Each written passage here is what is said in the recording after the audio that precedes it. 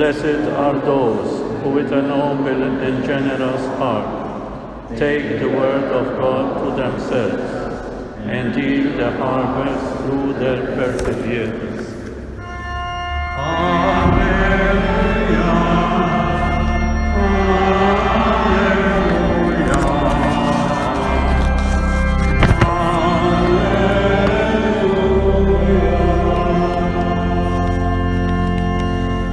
The Lord be with you.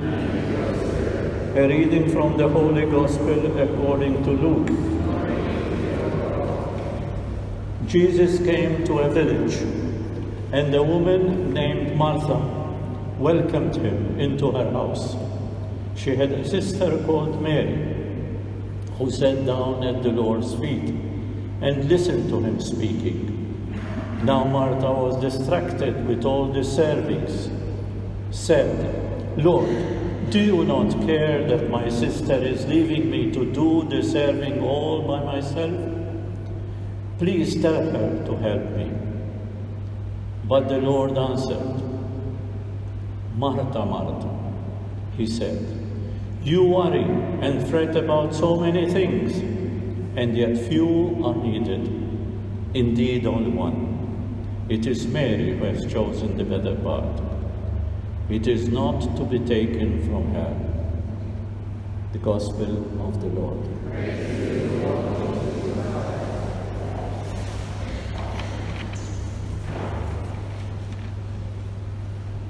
It's important to notice that Jesus did not condemn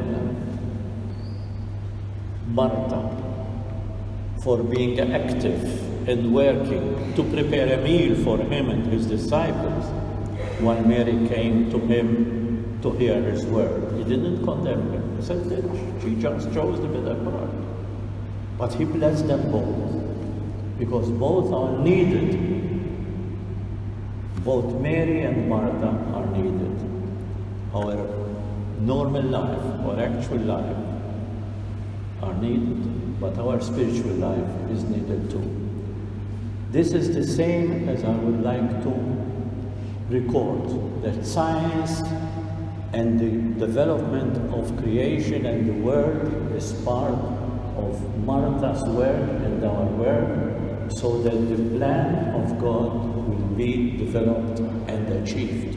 That's why today I would like to speak of the great feat that happened to creation and to humanity 50 years ago today, when Neil Armstrong came down on the moon and he addressed for the first time the word from the moon. He said, "That's one small step for man, one giant leap for mankind." A giant leap for mankind. It was 21st July, 1969. Aldrin, his comrade, there were 3 of them on the other side, he also spoke to the world directly.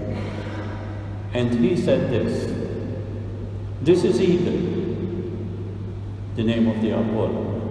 This is the landing module pilot speaking. I would like to request a few moments of silence. I would like to invite each person listening in, or wherever you are or whoever you may be, to contemplate for a moment the events of the past few hours and to give thanks in his own individual way. He did not mention God. Everyone addressing all humanity. But he had one way of thanking God for being there in the name of humanity. You know, this is probably you never heard it before. That the first food consumed on the moon was the Eucharist that we are celebrating today. The first food consumed there was the Eucharist, the same food that Christ celebrated with his apostles on the last day here on earth and gave us the Eucharist. Aldrin, while speaking this word, he couldn't say more than what he said.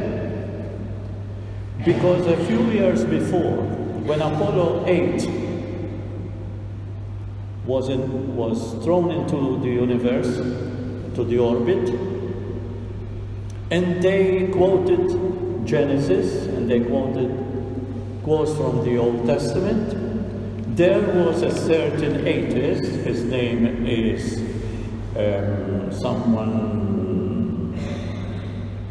Madeleine Murray O'Hare. He made a lawsuit to NASA because they went against the Constitution of separation between state and church.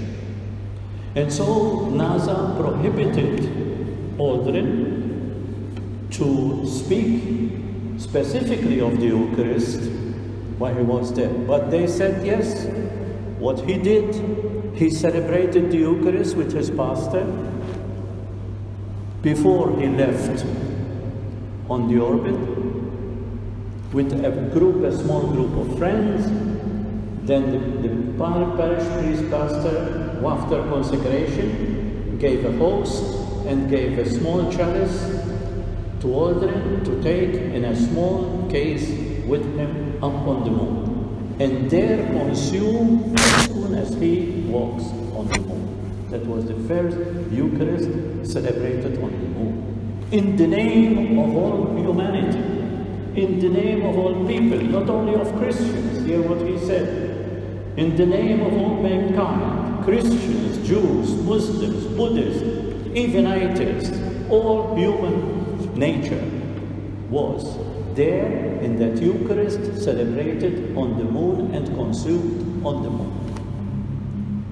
So today, it's a moment of gratitude to God for the great talent, capacity He has given to human nature to participate in the development of human nature and continue in the development of this human nature.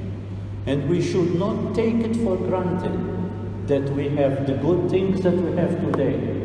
And we are responsible to make good use of them and take care of the earth we live in, especially with the pollution that we have all around.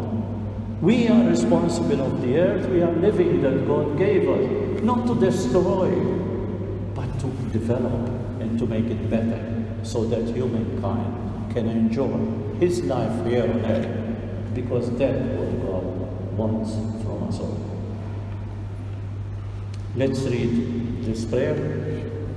Gracious God, I am so often busy with the task of everyday life that I forget to listen to you. Teach me to keep my word in perspective and to go about my work with an open and generous heart.